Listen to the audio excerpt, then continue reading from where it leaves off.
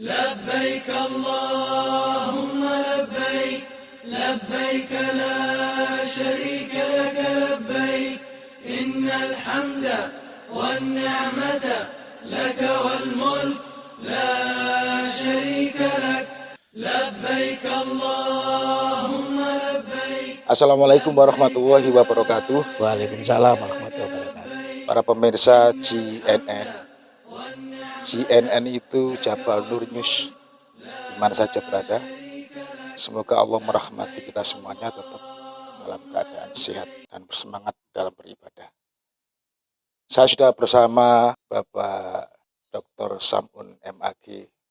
Beliau adalah Ketua KBIHU Jabal Nur, pimpinan daerah Muhammadiyah Sidoarjo. Assalamualaikum Pak Ji. Waalaikumsalam warahmatullahi wabarakatuh. Sihat nggih? Alhamdulillah. Keadaannya sihat. Amin. KBIHU, sekarang KBIHU ya, diganti KBIHU ya. KBIHU Jabal Nur. Iya, Dulu kan itu KBI kelompok bimbingan ibadah haji dan umroh. Tambah U ya. Iya, tambah U. Biar kan hanya KBIA gitu ya. PIH, sekarang KBIHU. Ini fenomena yang ada ini kan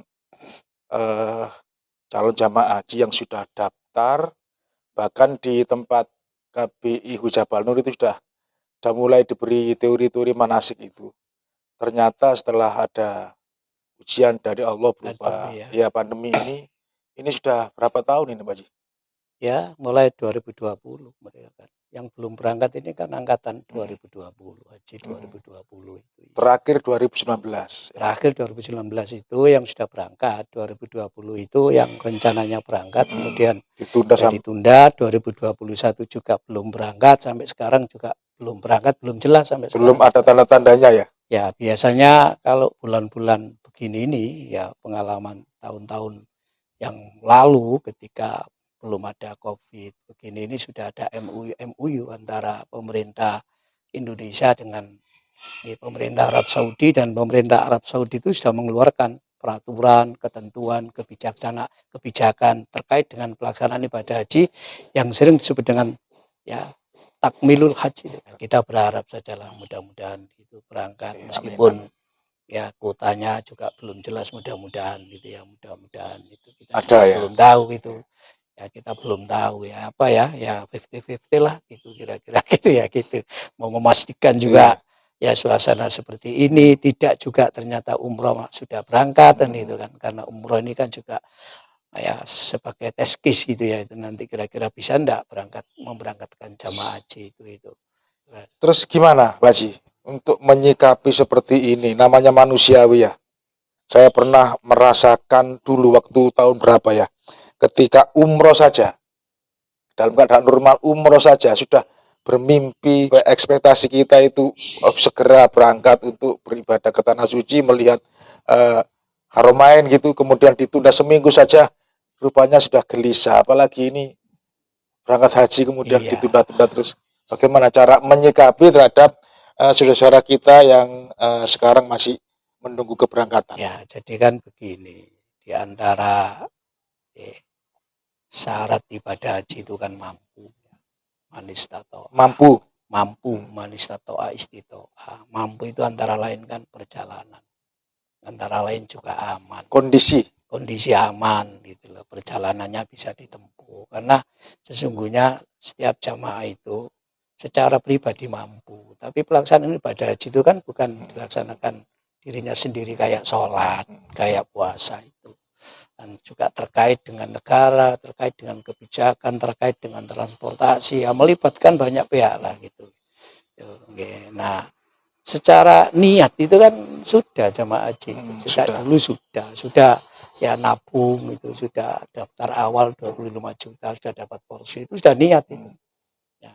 Kemudian berangkat apa tidak, itu kan sesungguhnya tidak semata-mata ditentukan oleh yang bersangkutan. Itu juga banyak faktor lain gitu yang juga terkait dengan kemampuan pribadi itu dia bisa haji apa tidak, kayak misalkan transport, situasi dan sebagainya. Kalau transportasinya nggak ada misalnya, ya nggak bisa berangkat. Ya. Kalau situasi kondisinya tidak aman, ya nggak bisa berangkat itu kan gitu.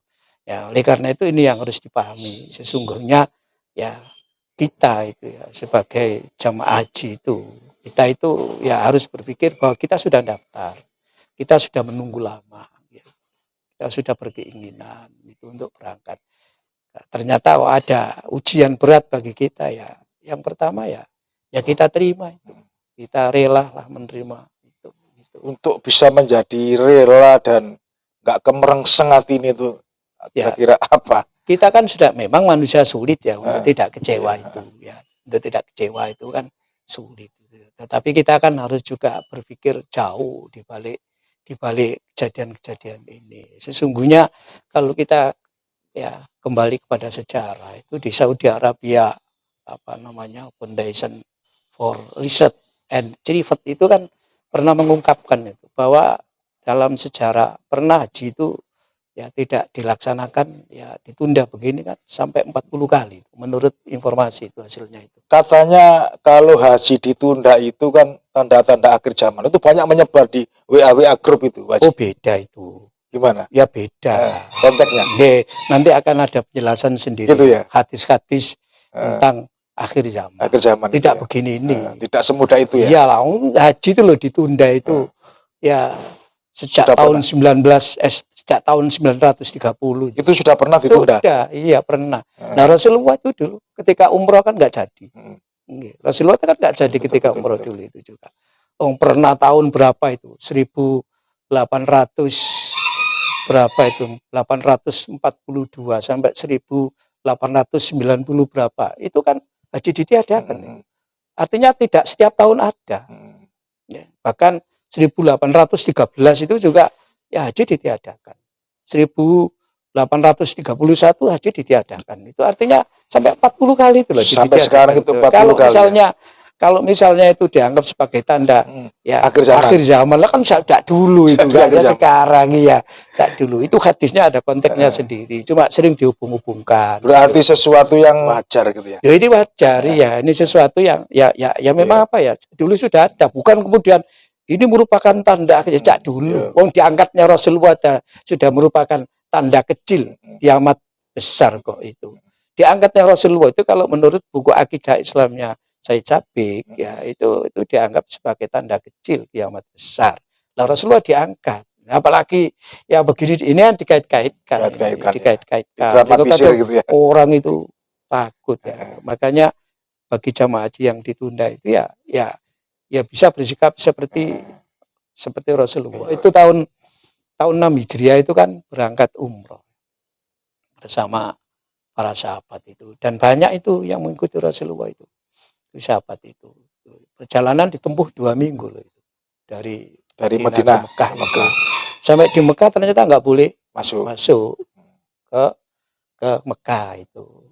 Sampai kemudian terjadilah perjanjian Hudaybiyah itu bahwa umroh itu ditunda tahun depan. Dan itu kan ditunda tahun depan itu baru boleh kan itu. Loh kecewa loh para jamaah itu.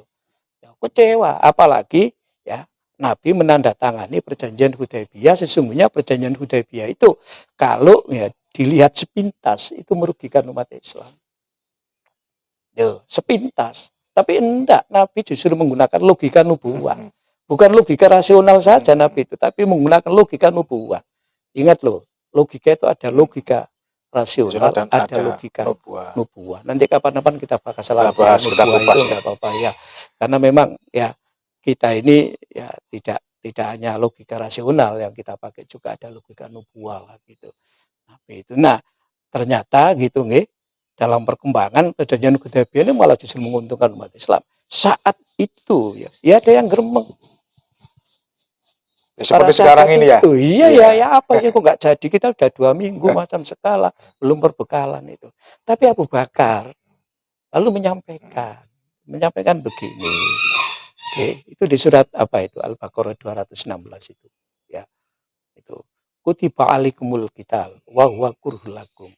Asa antakru syai'aw ya wa huwa khairul lakum. Wa asa antakibu syai'aw wa huwa syarrul lakum. Kamu itu ya diwajibkan perang. Kamu malah nggak mau, kamu benci, ya, kamu nggak suka, gitu ya. Ingat loh, itu ingat apa yang ditetapkan oleh Allah. Mungkin hati kita itu nggak suka apa yang telah digariskan oleh Allah. Mungkin hati Allah itu tidak suka gitu ya. Mungkin kita nggak suka, Kita nggak suka itu, tapi di balik itu ada kebaikan ya. Mungkin menurut kita itu baik, tapi menurut Allah tidak. Mungkin menurut kita tidak baik, menurut Allah itu yang baik. Itu kan sikap-sikap itu yang bisa kita ambil. pakai, kita ambil lah sebagai respon bagaimana haji-haji yang ditunda begini. Terus kita mau apa? Makanya itu bisa kita ya pegangi itu ya, bagaimana ketika para sahabat ditunda, lupa sahabat itu sudah rindu sahabat itu sudah 6 tahun meninggalkan kampung halaman itu sudah berangkat, ternyata tidak boleh, dan itu sudah sampai di Hudaybiyah itu malah dari situ lalu Islam berkembang. Dari perjanjian Hudaybiyah itu pada akhirnya bukan hanya umroh yang bisa dilaksanakan oleh jamaah haji, malah justru haji. Bahkan haji itu mengirimkan dua periode itu. Yang pertama Amirul Hajjnya itu Abu Bakar, baru haji yang kedua itu Rasulullah yang langsung memimpin, yang kemudian dikenal dengan haji wada. Berarti segala sesuatu yang kita pandang tidak mengenakkan dan tidak memuaskan kita itu Allah mempunyai rencana ya, makanya kita harus rela tadi itu, ridho terhadap apa yang Allah putuskan itu, sehingga sesungguhnya gitu ya, kita ini gitu menghadapi berbagai persoalan itu kan ada teologi, namanya teologi insiroh gitu ya.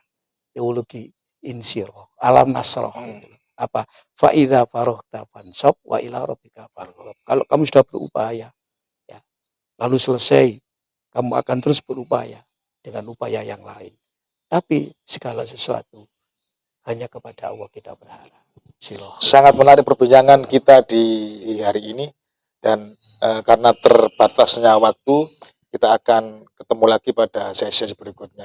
Terima kasih Pak Haji. Yes. Tetap sehat ya. Alhamdulillah. Amin. Assalamualaikum warahmatullahi wabarakatuh.